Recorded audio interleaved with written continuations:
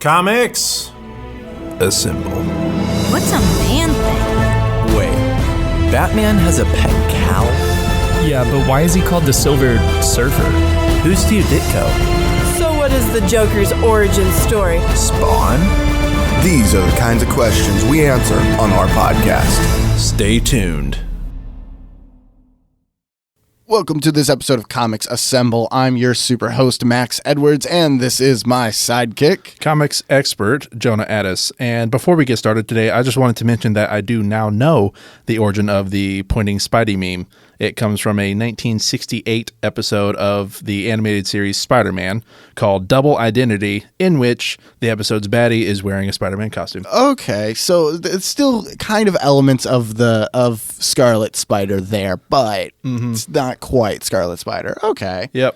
Anyways, I think it's about time we reach into the comic box and see who we are talking about today. Okay, this will be a fun one. It looks like we'll be talking about Laura Kinney, a.k.a. X-23, a.k.a. for an occasional amount of time, Wolverine. Is who we'll be talking about. That is a good one. Fun fact, her first appearance was actually in an episode of the animated series X-Men Evolution from August 2nd, 2003. So she debuted in an animated series, very similarly to another well-known comic book protagonist, Harley Quinn. A whole another episode on that. Oh, we've got to have at least one episode on that, if not more. But, her outfit, looking at it, it doesn't offer much armor because she's usually wearing just some kind of crop top and a very stylish but not good at holding tools belt. Because, a lot of the superheroes just like have the every tool single belt. X-Man. Exactly. But no. A lot of hers, weirdly enough, almost look like big chain links together. Yeah, I know exactly what you're talking about. And it's super cool, but I mean, how are you going to hold your shark repellent on that? Yeah, she doesn't have those Rob Liefeld pockets. Exactly. And a lot of it is black, too, especially with the time period that she came out in. Black was the new black. I mean, if you recall, the early 2000s were when the live-action X-Men movies were released, and in those movies, they wore those black uniforms, so I would not be surprised if that was the influence for that. Oh, easily. However, I can't actually confirm it. Right. But she did wear the Wolverine suit for a while, obviously with a little bit of tailoring, but it actually looks like a pretty faithful conversion from the original Wolverine suit. I agree. And then, keeping with her usual minimalist style, she only has 2 knuckle blades instead of 3. Right. Her third claw, if I'm not mistaken, comes out in between her toes. Is it toes or is it ankle? It's her toes. It's her toes. Okay, okay. So yeah, between her big toe and her, I guess that would be what, her pointer's toe? Her index toe? I don't know. Do the different toes have names other than big toe and pinky toe? I don't know. That's not my department, but I know it's in between her big toe and whatever's right next to it. Do we need to have a whole episode on toes? Actually, now that I say that out loud, not that kind of podcast. Let's not. Oh, man. Jonah, X-23 is kind of an unconventional name for a hero. It's a very, very experimentalist, kind of vigilante rogue type thing. But why don't you give us an overview of the character? Some of your interesting facts and the orange. You're from the Midwest. Exactly. Orange. Oregon story.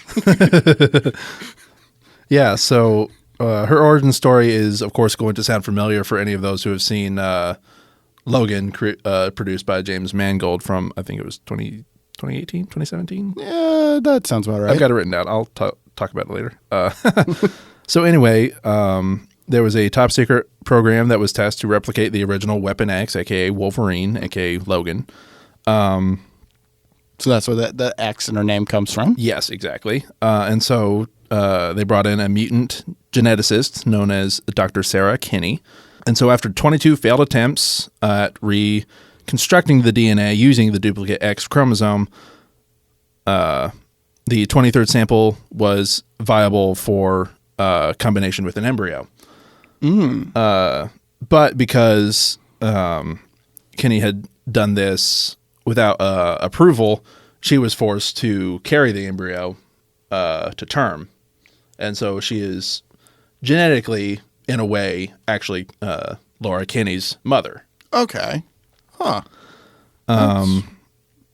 That's interesting but weird. It is. It's a little sad, but moving on. So when the clone was 7 years old, she was exposed to radiation poisoning to activate her mutant gene, that being the healing factor, and her bone claws. And because she has the healing factor, much like Wolverine, she cannot use anesthesia. So when to understand that only her claws are coated in adamantium, not her entire skeleton like her father. Oh. So her claws were extracted, coated in adamantium, and then put back into her body, all while she was very much awake and very much felt every moment of it. Well, maybe she should be wearing a little bit of armor then, like I was talking about. And then after that, she was trained to be a incredibly deadly assassin with a trigger scent with a certain pheromone that would cause her to go into a berserker rage. Oh, geez. So she still has the anger issues of Wolverine. But, very much. It's also triggerable. Yes, exactly. Unlike Wolverine, where you just got to push him far enough. Yeah. With X-23, you can just trigger it, and that's that. Instant angy. But yeah, no, this is a great character, especially with interesting story background like that. But what about behind the scenes? Was Marvel just trying to shake things up for Wolverine? Were they kind of getting tired of what they had with him? So actually, kind of yes. So X-23 was created by Craig Kyle, who said that the character was his attempt to make a, quote, connect to the younger kids, end quote. Because X-Men Evolution was a reinvention of the X-Men, making the characters teenagers. Craig Kyle said that, quote, Wolverine was one of the old grizzled guys, end quote. And so Kyle described the character as, quote, Pinocchio for Marvel's comics. She's a samurai sword trying to become a real little girl. Jonah, it looks like we're running low on time here, but it's always great to sit here and talk comics with you, buddy. I agree. It is a pleasure indeed. So tune in next time to hear us cover the incredibly hot topic that is She-Hulk. That's going to be an interesting discussion. I'm very excited. Thank you all so much for joining us. If you enjoyed our podcast, please give us a good rating and share it with your friends or anyone you think might be interested. Once again, this has been Comics Assemble.